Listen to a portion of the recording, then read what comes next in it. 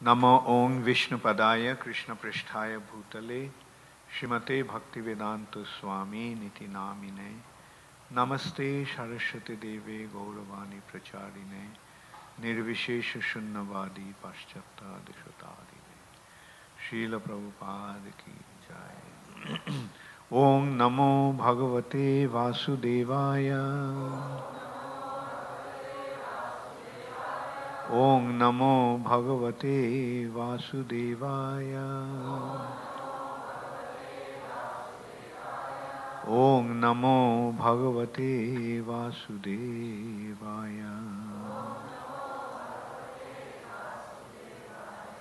Narayanang Namaskritya Naranchaiva Narottamam Deving Saraswating Vyasam Tato Jaya Mudiraye Nashtaprayeshu Abhadreshu Nittang Bhagavata Sevaya Bhagavati Uttama Shloke Bhaktir Bhavati Naistiki.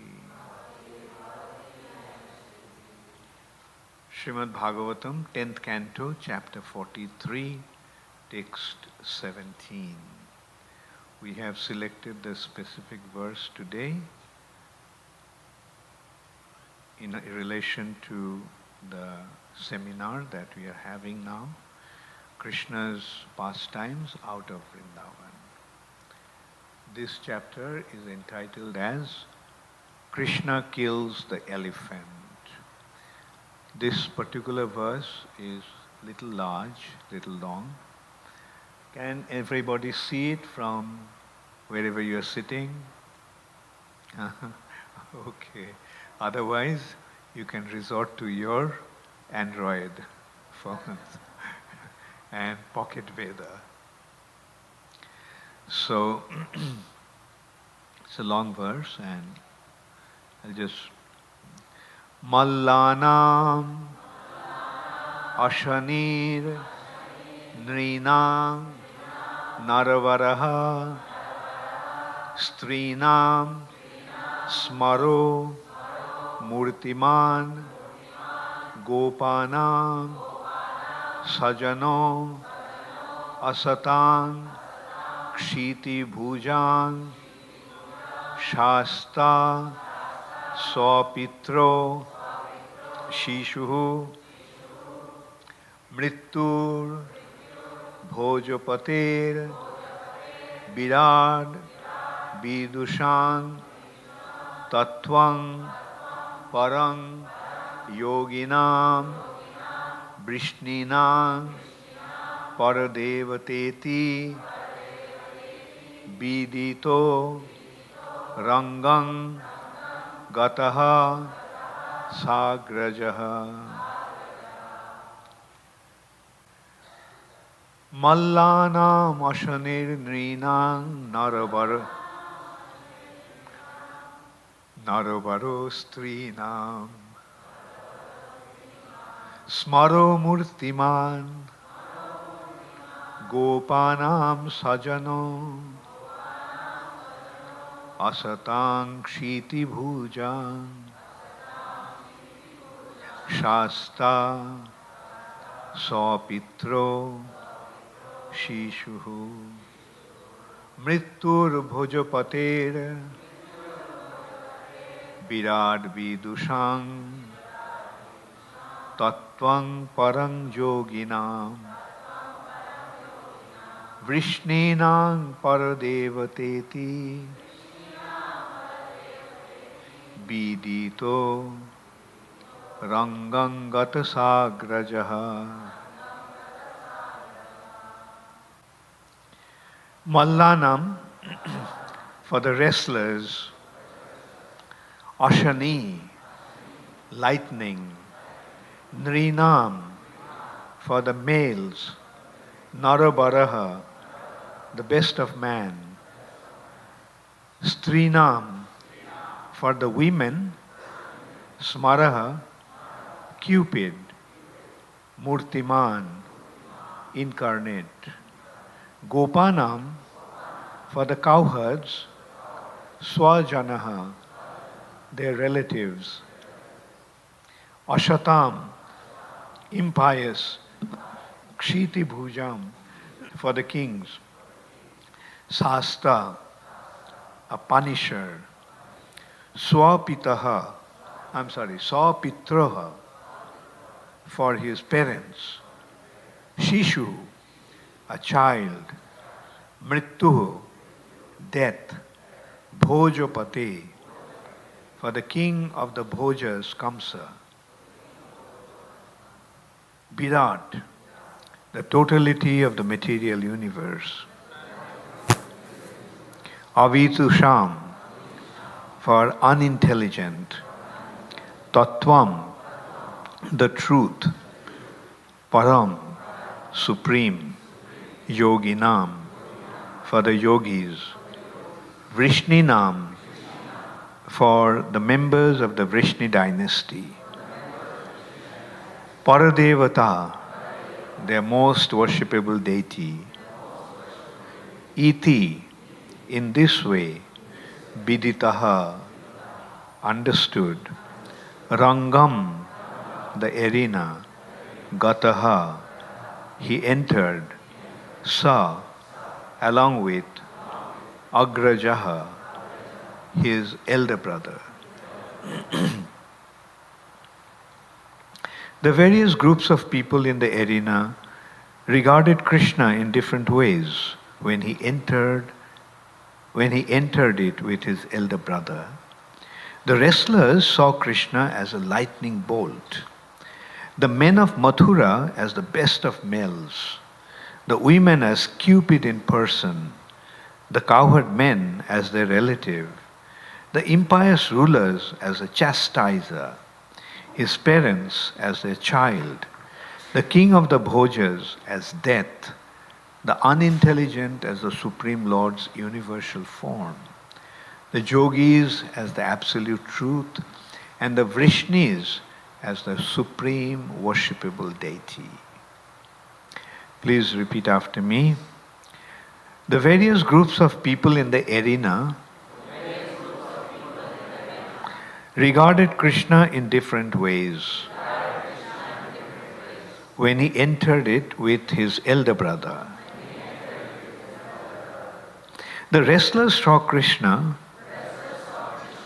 as a lightning bolt, the men of Mathura as the best of males, the women as Cupid in person, the cowherd men as their relative, the impious rulers as a chastiser, his parents as their child, the king of Bhojas as death, the unintelligent as the Supreme Lord's universal form, the yogis as the absolute truth, and the Vrishnis as their supreme worshipable deity.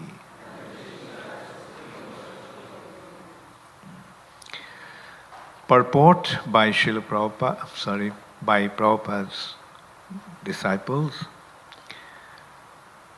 Srila Siddha Swami quotes the following verse, which explains the 10 attitudes towards Krishna described here. Rodra adbhutascha shringara hasham vira dayatatha bhayanakascha vibhatsa shanta sa prema bhaktikaha. There are 10 different moods: fury, perceived by the wrestlers; wonder, by the men; conjugal attraction, the women; laughter, the cowherd boys; chivalry, the kings; mercy, his parents; terror, Kamsa; ghastliness, the unintelligent; peaceful neutrality, the yogis; and loving devotion, the Vrishnis. Srila Vishwanath Chakravarti Thakur points out that people like the wrestlers, Kamsa, and the impious rulers perceived Krishna as dangerous, angry, or threatening because they failed to understand the actual position of the personality of Godhead. Actually, Lord Krishna is everyone's friend and well-wisher. But because we rebel against him, he chastises us, and thus we may perceive him as threatening. Krishna or God is actually merciful. And when he punishes us, that is also his mercy. Srila Bhaktisiddhanta Saraswati Thakur quotes the following Vedic statement: Rasa Vaisha Rasam hi evayam labdhanandi bhavati. He himself is rasa, the taste or mellow of particular relationship. And certainly one who achieves this rasa becomes anandi, filled with bliss. Taittiriya Upanishad. Srila Bhaktisiddhanta Saraswati Thakur quotes a further verse to explain the word rasa. Vyatitta bhavana vartma jas chamatkara bharo bhu ridi satto jala badham swadate sa raso mataha. That which is beyond imagination, heavy with wonder, and relished in the heart, shining with goodness, such is known as rasa. As Srila Rupa Goswami elaborately explained in Bhakti Rasamrita Sindhu, there are 5 main rasas: neutrality, servitorship, friendship, parental love, and conjugal love, and 7 secondary rasas: amazement, humor, chivalry, compassion, fury, fear, and dread. Thus, altogether, there are 12 rasas. And the supreme object of them all is Sri Krishna himself. In other words, our love and affection are actually meant for Sri Krishna. Unfortunately, out of ignorance, we stubbornly try to squeeze happiness and love out of material relationships which are not directly connected to Krishna. And thus life becomes constant frustration. The solution is simple: surrender to Krishna, love Krishna's devotees, and be happy forever.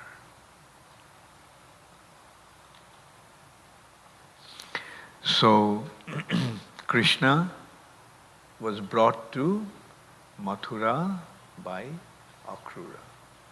Kamsa was trying to kill Krishna. When all his various ways and means to kill Krishna failed, he devised this arrangement that he would bring Krishna to Mathura and kill him. So that arrangement was made. Akrura was sent with Kamsa's personal chariot, and so Krishna and Balaram was brought in there. And in the evening, in the afternoon rather, Krishna and Balaram, along with the cowherd boys, went sightseeing Mathura. And in course of their sightseeing tour, they came across the bow. That bow was meant to become an object of sacrifice, and the condition was whoever would be able to string the bow would receive half of Kamsa's kingdom. Kamsa himself would give it to him voluntarily. But the general idea was nobody will be able to string that bow, and the purpose was, and somehow to allure everyone to come there and bring Krishna and kill him. Kamsa brought all his allies together in this way. And Kamsa made arrangements to kill Krishna in various ways. Like in the morning, when in the course of their sightseeing tour, they came across the bow, which was the main object of the sacrifice, Dhanur Yagya. And this bow was not an ordinary bow. This bow was the bow that Narayan gave to Lord Shiva, to Tripurasura. And so this is how Lord Shiva received it, and then eventually he gave it to Parashuram. And Parashuram gave it to Kamsa's ancestors. So this is how that bow was in the palace. And but naturally it is Lord Shiva's, meant for Lord Shiva's use. So who could ever string that bow? It's a very special bow.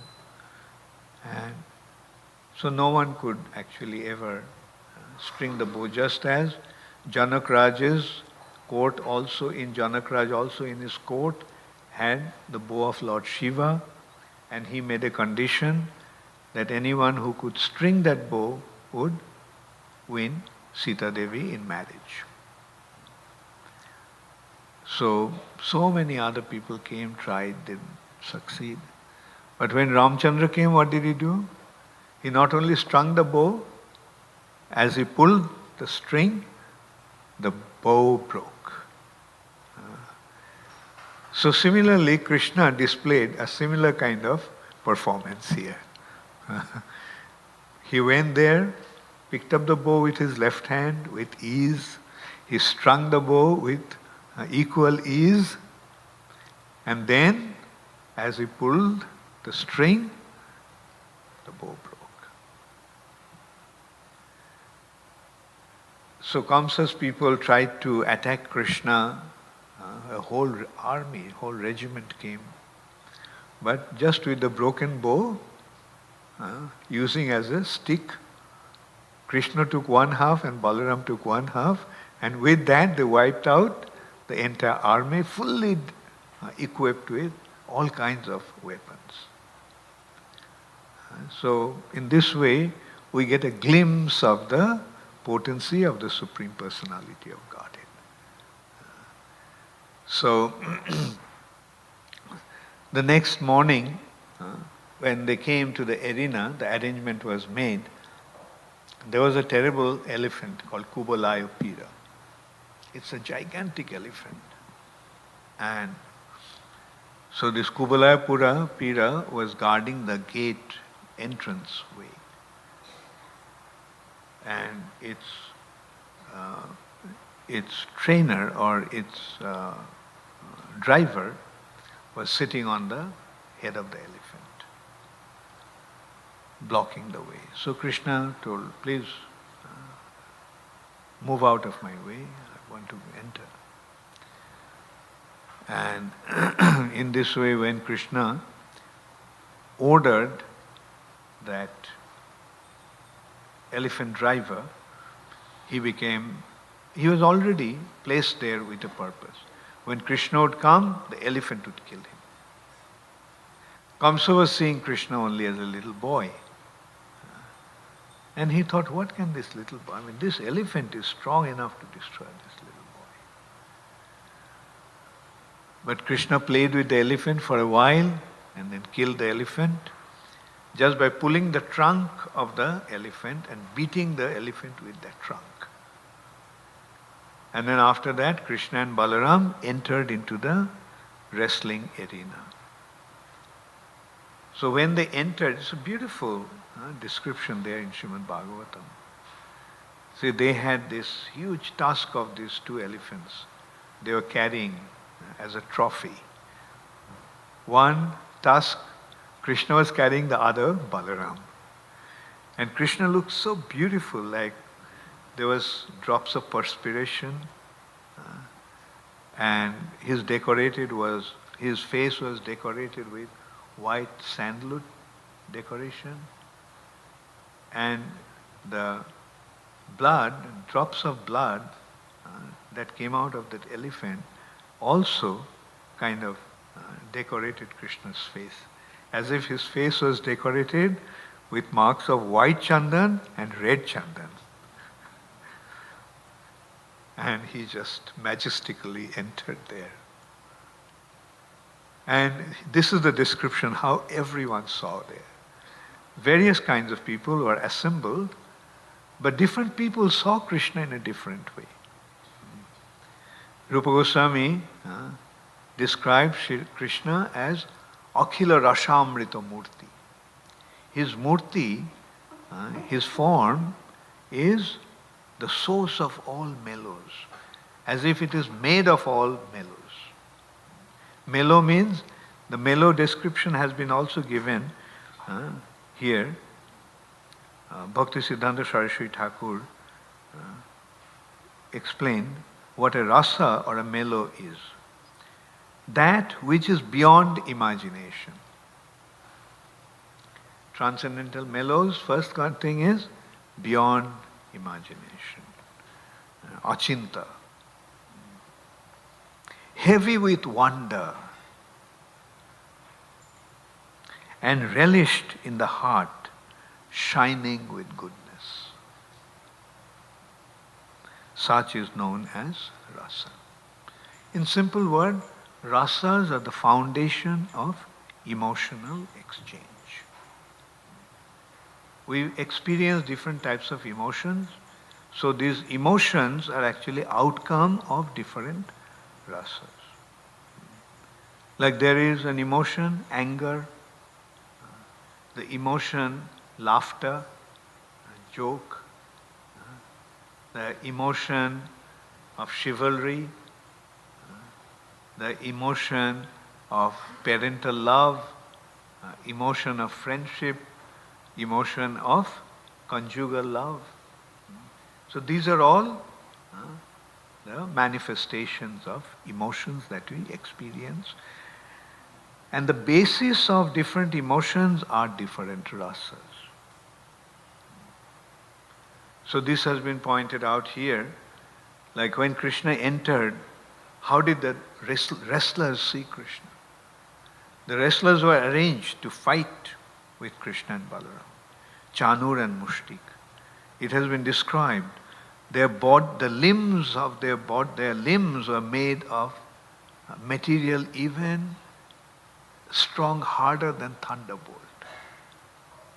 As if the thunderbolt won't even affect them. And their form was gigantic, huge. So their bodies are made of thunderbolt and a huge body, as if nothing can actually affect that body. So these are Kamsa arranged that these two invincible wrestlers will be able to kill Krishna. So the wrestlers, when Krishna and Balaram, they were actually getting ready. Prabhupada described in Krishna book. At that time they were making all kinds of, they were displaying their strength and things, demonstrating to the public assembled there, and the public was cheering, they were clapping, wow, wonderful.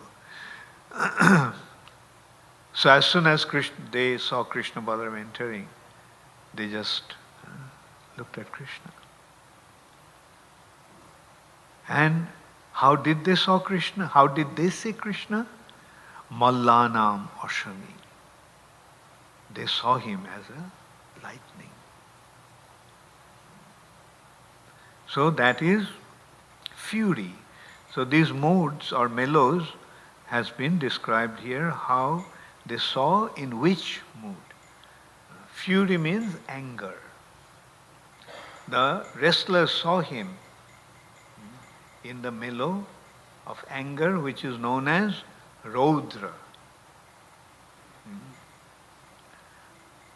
And the men saw him as wonder. The men of Mathura, when they saw him, they were surprised. Who is this?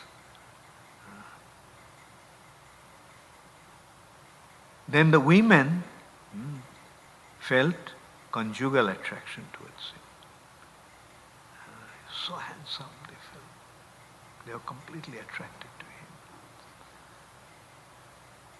to him. The cowherd boys saw him in laughter, joking. Oh, so our Krishna has come. Like laughter, they laughed. Hush, out of happiness. The king saw him in the mellow of chivalry.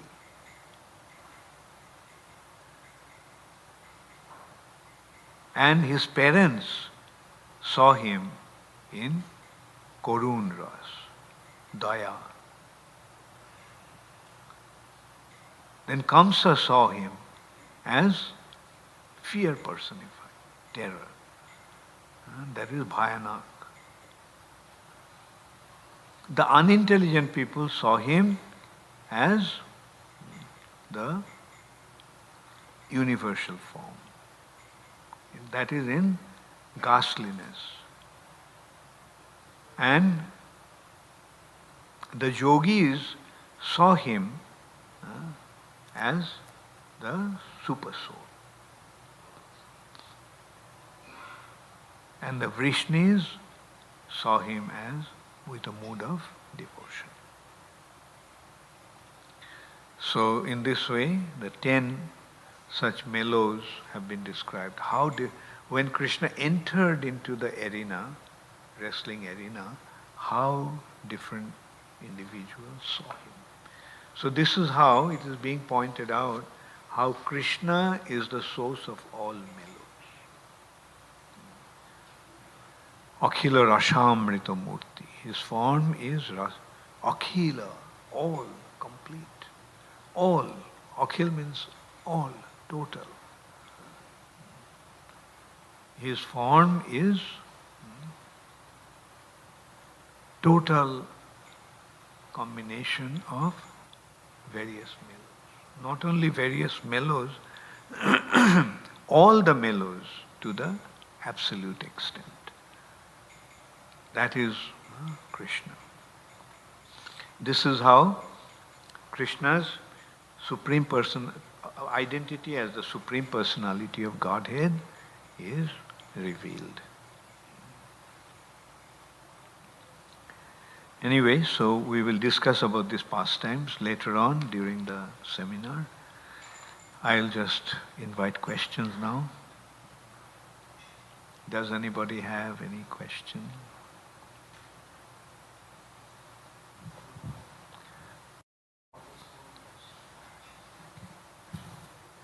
All the soldiers were killed by Krishna and Balaram.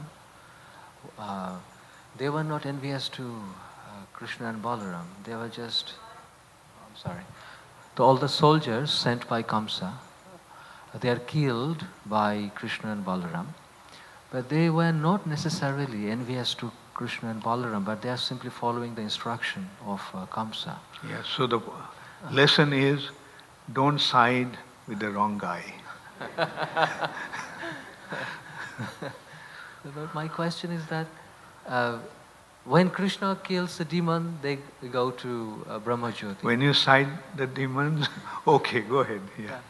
So being killed by Krishna, they also attain some higher position. Okay. The same destination. If not, for Krishna to give Sajuja Mukti is no problem at all. Even Vaikuntha Mukti Krishna gives very easily. But bhakti he doesn't want to give. Only Prabhupada gives. Yes.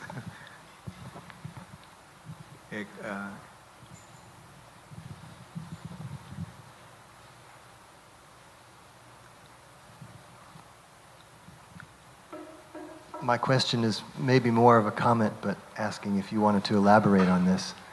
When we hear about these personalities who are so determined to kill Krishna, I find it remarkable, like Jarasandha took 17 armies every time. He was determined, all right, this time we're going to get him. No, next time we'll get him.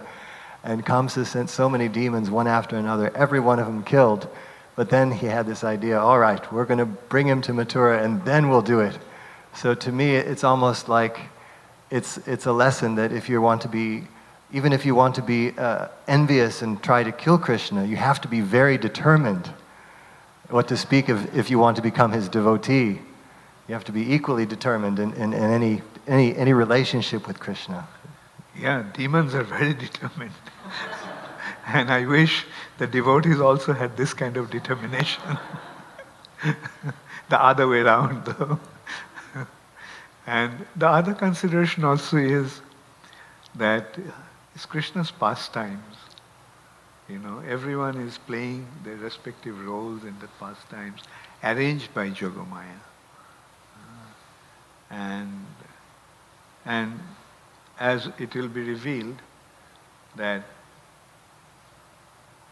although Krishna and Balaram killed all the soldiers of Jarasandha, they didn't kill Jarasandha. Let him go. The reason was Jarasandha was Krishna's recruiting agent. So he was bringing the demons to Krishna to be killed.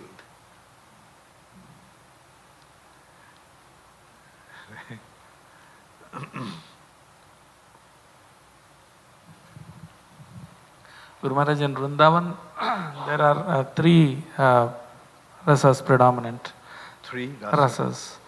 Parental affection, conjugal, and friendship. Whereas in Dwaraka, there is awe and reverence predominant. But in Mathura, from this particular verse, it appears that there is a very wide variety of rasas, including even the Gopas feeling affection. No, out of that, the five are principal, the 7 are secondary. Those mellows are secondary. And say, this Sanchari Bhav, the 7 mellows change, but 5 mellows are fixed. Sthai Bhav. And like here we also have to consider that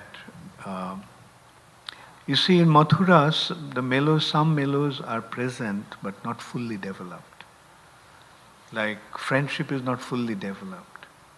Like this friendship that we are experiencing here are the friends that came from Vrindavan, Krishna cowherd boys. The parental is Vasudeva and Devaki's parental is not manifest, fully developed.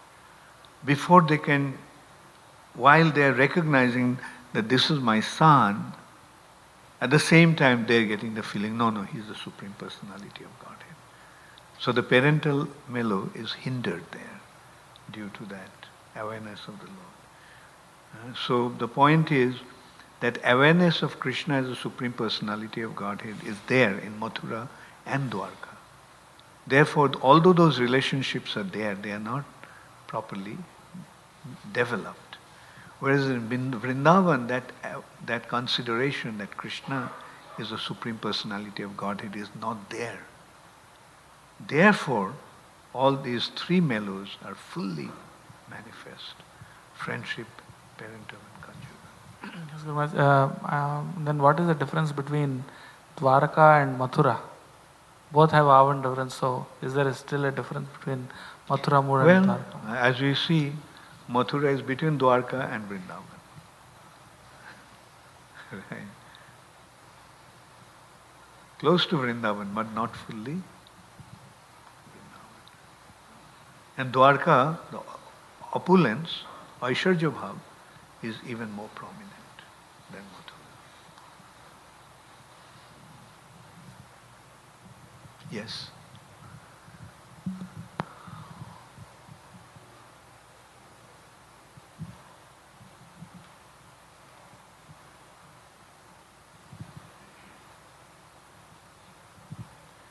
Hare Krishna, Hare Krishna Maharaj. So when we say we're aspiring to go back to Godhead, we're talking about Golok Vrindavan, and we just discussed that the consideration of Krishna being the Supreme Personality of Godhead is not there. We are being trained in this process always thinking that Krishna is the Supreme Personality of Godhead.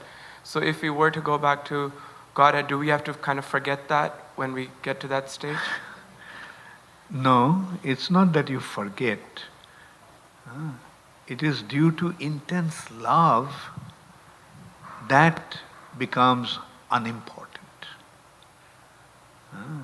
Because the love is so overwhelming that they don't consider who Krishna is, whether he is the Supreme Personality of Godhead or not.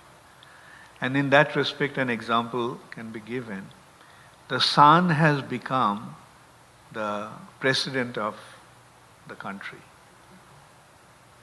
Everybody knows that he is the son, he is the president. But does the mother treat him like a president? It is not that the mother doesn't know that he is president, right? But because of her loving relationship that he is my son, that his position as a president becomes secondary. Similarly, Krishna's position as the Supreme Personality of Godhead has become secondary in relation to their loving relationship with him.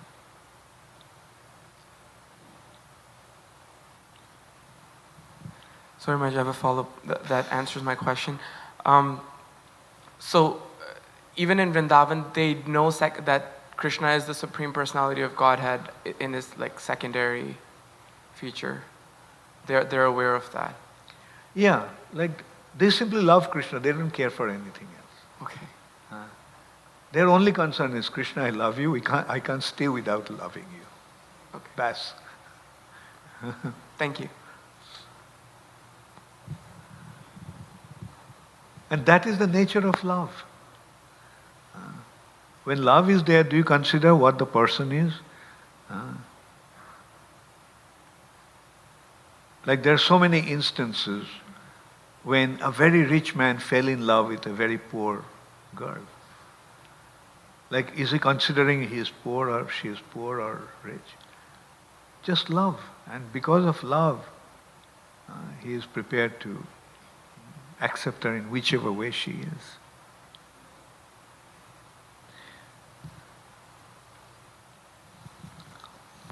Hare Krishna. Thank you for the class, Maharaj. My question is, so if Krishna is the ultimate male and all the rest are females, that implies Madhurya rasa. At the same time, we know that each jiva has a particular rasa with Krishna. So will everybody have to come to Madhurya rasa eventually or stay? How does that work? No.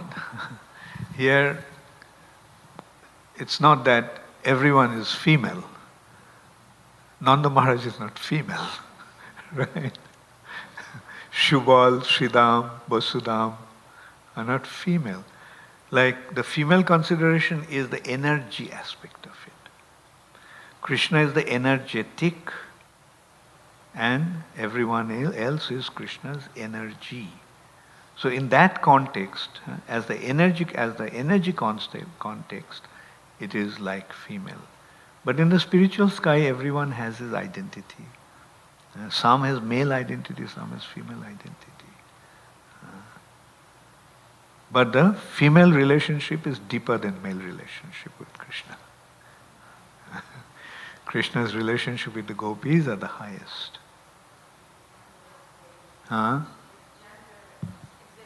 In the spiritual sky also there is gender. Gender difference. I heard from some devotees that, we should kind of disregard this bodily feature of gender because, the soul doesn't have a gender, it's just a soul, so it's not... Soul has spiritual gender. Spiritual gender, okay, that makes sense. Thank you. Give it to her.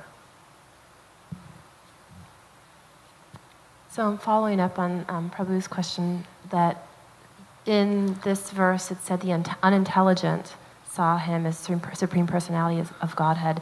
So No, unintelligent saw him as in his universal form. As in his universal form. Okay. So can you explain that a little bit? So the unintelligent meaning they don't have the eyes to see, they don't have that loving rasa of. They have eyes and everything, but they don't have intelligence. But they don't have. I'm trying to. But how do they see him as the universal form? Because that seems to be such a. That form is so complex and. The thing is that they get impressed with his universal form. Okay. They think that the universal form is the highest. Like you'll find people consider the 11th chapter of Bhagavad Gita is the most exciting chapter. And immediately you know in which category they fall. The more advanced individuals would prefer Krishna's identity as a person. Like universal form is him as the source of everything. The entire creation is manifested as a personality. Everything that is happening is in the body of Krishna. So that body is the universal form. But when it comes to relationship, can you have a relationship with the universal form? No. Right? In order to have relationship, the best form is the human-like form. Therefore, Krishna's identity in his two-armed form is the highest. Thank you. Hare Krishna. Okay, last question. If at all there is. Otherwise, I'll just end. Okay, Sachin.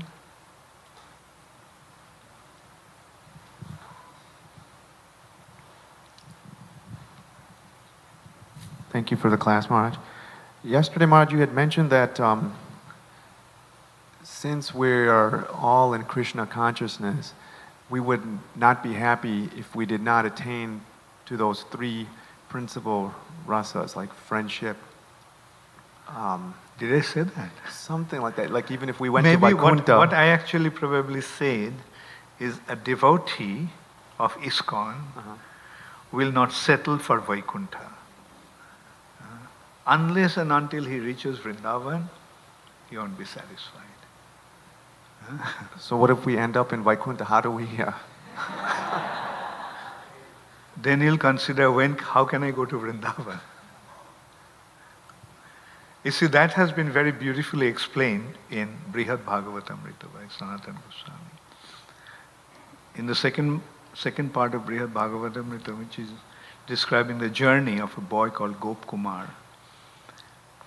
So he is in Vaikuntha, not fully satisfied. He goes all the way up to Dwarka, still he is not satisfied. He couldn't understand why his heart was not content. He didn't have, according to that description, he did not have the understanding of Vrindavan. But Narad Muni detected that his heart is not fully satisfied. So he asked him, what happened? You are in Dwarka, the Lord is treating you with so much affection, the queens are treating you like their own son, and still you are not satisfied. So he just honestly admits that, yes, I know, I'm so fortunate to have this good fortune. But my heart is yearning for a boy who wears a peacock feather and he has a flute in his hand. So Narad Muni said, okay, I understand. Because he didn't want to reveal Vrindavan Tattva in Dwarka also. So that is how secret the Vrindavan Tattva is. So he took him to a solitary place and he told him that your attraction is actually for Krishna in Vrindavan. So that is how Gop Kumar eventually gets the message of Vrindavan and then goes there. I thought that was the last question. Okay. Actually, we were talking about this same topic. So, related to this is that means, as you mentioned, that everyone has already a Swarupa fixed. It's not something new that we are going to develop. So, in that case, that means those who are related to the Lord in Vaikunthas, they are not going to come to ISKCON. Because, say, someone's Swarupa is to serve in a Vaikuntha with, say, some of the Vaikuntha forms. Why do you have to look at it the other way around? Why don't you look at straightforward? Those who have come to Vrindavan, their destination is Vrindavan. Those who have come to ISKCON, their destination is Vrindavan. If someone wants to go somewhere else, okay, fine.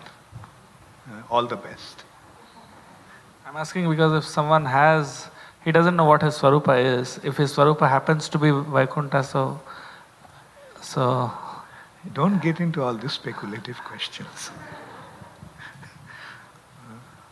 Like somebody may, okay, go ahead. You supporting your answer, Guru Maharaj. In Jaiva Dharma, Bhaktivinoda Thakur explains that Swarupa actually reveals according to the association of the Premi Bhakta and devotee. Anyway, that may be, but in Jaiva Dharma, Bhaktivinoda Thakur says other things also. Like Vijay and Brajanath, Brajanath had in Sakharas and Vijay had in Madhurjaras, although they had the same guru. So that may differ. And don't go into all these complexities. Stay simple. Actually, many people ask this question, that's why I'm asking. So give them a simple answer. Don't worry about it. Chant Hare Krishna. By Krishna's mercy, your identity will be revealed. If somebody is from Vaikuntha, if he comes to ISKCON, then what will happen? Why get into all that? Can you figure out who came from Vaikuntha and who came from a hellish planet? We don't know. We are here. So let's deal with that. We are here. And be here now. And move towards your ultimate destination. Don't waste your time in speculation. Whether the chicken came first or the egg came first. Thank you all very much. So I'll see you all at 11. Oh, I want to say one thing. Yesterday during the class, here or there, I don't remember, I made two mistakes.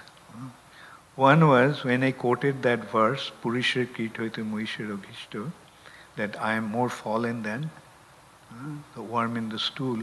I said that was a statement of Haridas Thakur. No, it was actually the statement of Krishnadas Kaviraj Goswami. And that's I think I told in the class yesterday. And the other one was, I said that tiger, I said it was Rupa Goswami. It was actually Raghunath Das Goswami. Raghunath Das Goswami, Sanatana Goswami saw that Raghunath, and he had requested Raghunath Das Goswami to build a hut. Thank you. Yes, Madam Malti. Well, just ISKCON devotee won't settle for Vaikuntha. Same time, Srila Prabhupada called Bhaktisiddhanta, he was a Vaikuntha man. So I'm just wondering how...